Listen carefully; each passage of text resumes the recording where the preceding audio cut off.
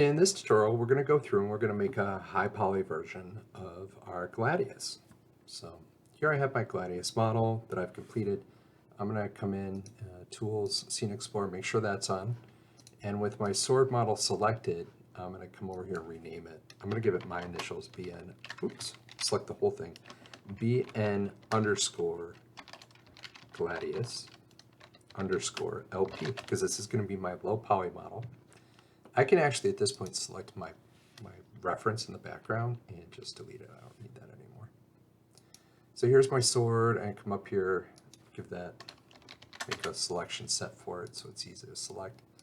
Now I can right click on it, say clone, and I'm just going to change the name at the end to HP, and I want to make sure that I'm making this a copy because I don't want to be making changes to this and change my low poly as well. You can double check that by making sure make unique is not something you can check. So, all right, let's hide the low poly. So again, we're just going to use NURMS like we have on other projects. Notice when I turn it on, the entire sword just goes to mush. So we need to go through and define some edges. So maybe in this case, let's go into edge, and I'm going to use edit. You know, anytime you have tools up here, if you want to use them, you can actually click on the little tab and drag it out, and they kind of float. So now you can come in and turn on Swift Loop and sort of go through and sort of define your edges. Although you'll notice anytime it's three sides like that, it doesn't work. Let's come in. And I'm just going to work my way around, kind of using Swift Loop to sort of define a lot of these key points on my mesh. In the past, we've used connect. We could certainly use connect again on here if we wanted. That would definitely work. Whichever way is going to be easier for you, right? If it's using the connect technique, then definitely use that. If you want to use Swift Loop, you can.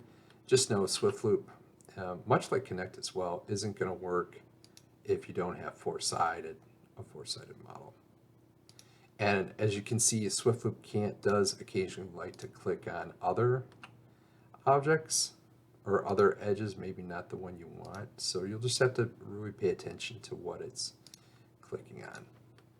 So you may find it to be a little bit more intuitive to be able to use the connect tool.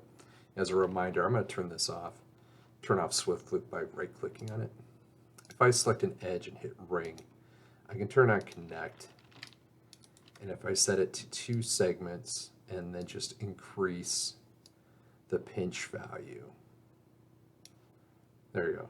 95 looks really good for that section. I can even come in and just click on one edge, hit ring, and then just hit the connect button. It'll repeat my last action. Ring, connect. You may find that to be a little bit easier to manage than using Swift Loop. And that'll just be up to you and your process. I'll come down here and grab this one, and let's look at connect. You know, 95 works for that one as well. So I'll just go through and hit the ones I didn't previously with that. Looks like that was already hit. Let's check this one. If I grab this ring, and really I know I didn't get it because there should be basically like down here. Along the main edge, there should be 2 edges completely like right next to it. So now I have this ring selected, going to connect. Yeah, maybe decrease that a little bit. Oops. Grab one edge, hit ring, there we go, and then hit OK. Come up in this one, ring, connect. All right, and we can always double check our process by turning on use NURMS. And then you'll notice when I go to check it, I will go to create, because now I don't actually see like the mesh around my mesh.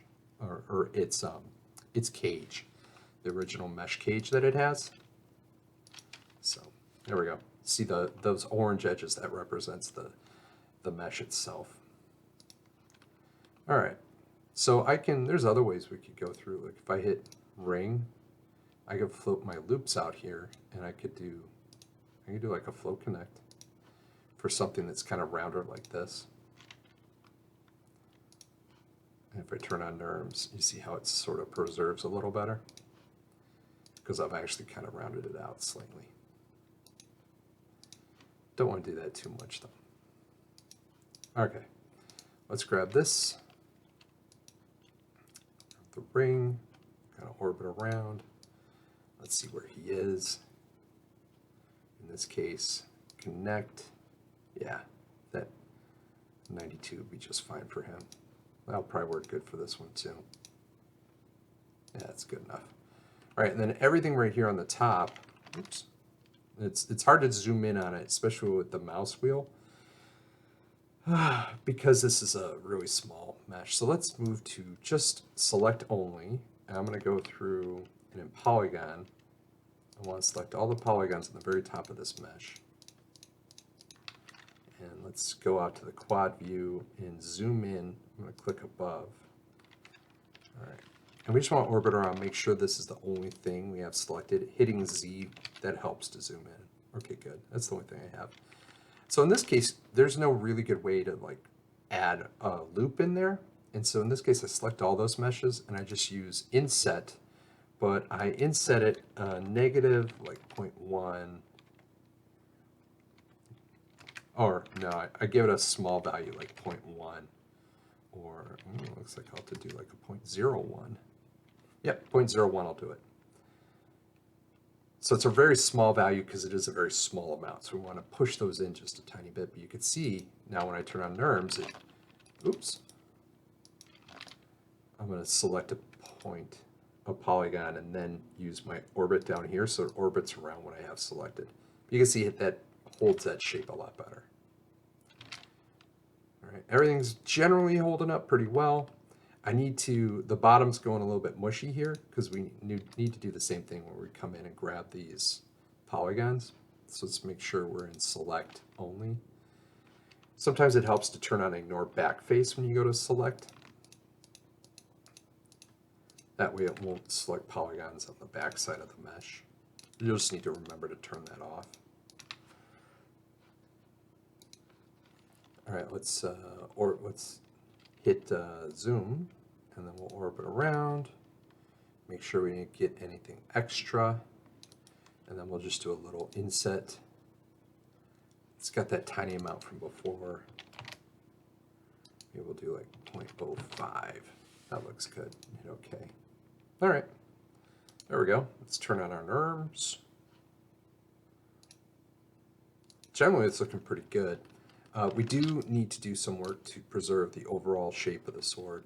So let's go into Element and click on the blade and say Hide Unselected. Zoom out. Instead, hit the main body up there. All right, so here's what we're going to do. Let's go out to our quad view and zoom on everything. Oh, no. We're going to zoom in right here on the tip. I'm going to go into Edge, and I'm going to just region select all these.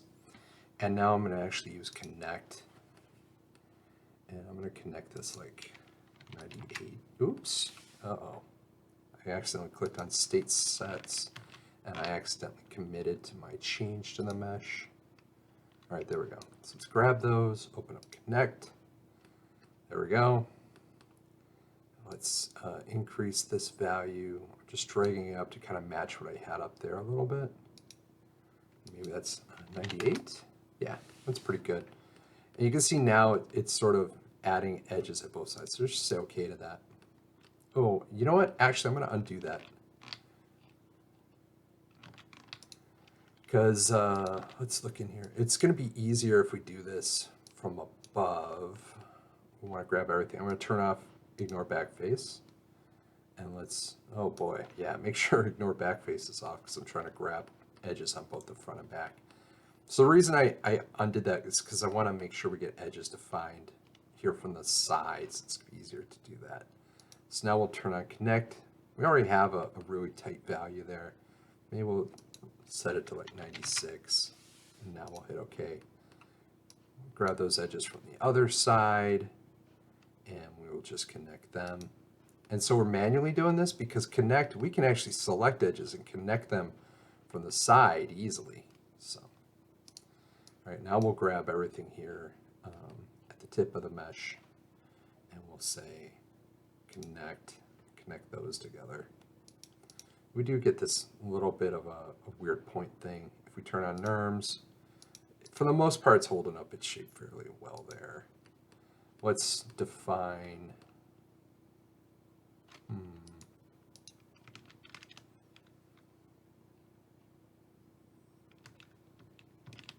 Maybe we'll undo that. I'm going to undo that. I'm going to go back into connect.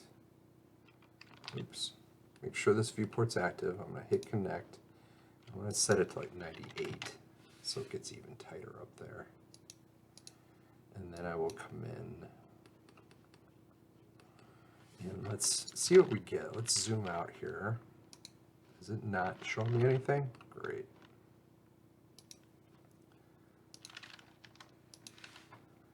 What happens when we look at this? Let's go element and unhide all and make this, all right, that should be shading. There we go, zoom out. Okay. All right, so our storyboard's not quite working yet, so we got to figure out what we're missing. Let's turn that off. I see what happened. So we didn't connect our edges going all the way along the length. So I'm going to select this edge and say remove. And this one and say remove. And I think what I need to do is grab all of these edges like this.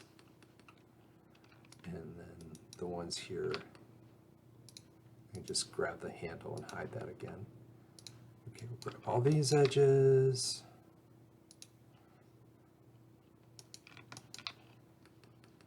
And then come down here. I'm going to grab the edges on the sides like this, and that should go all the way along the length.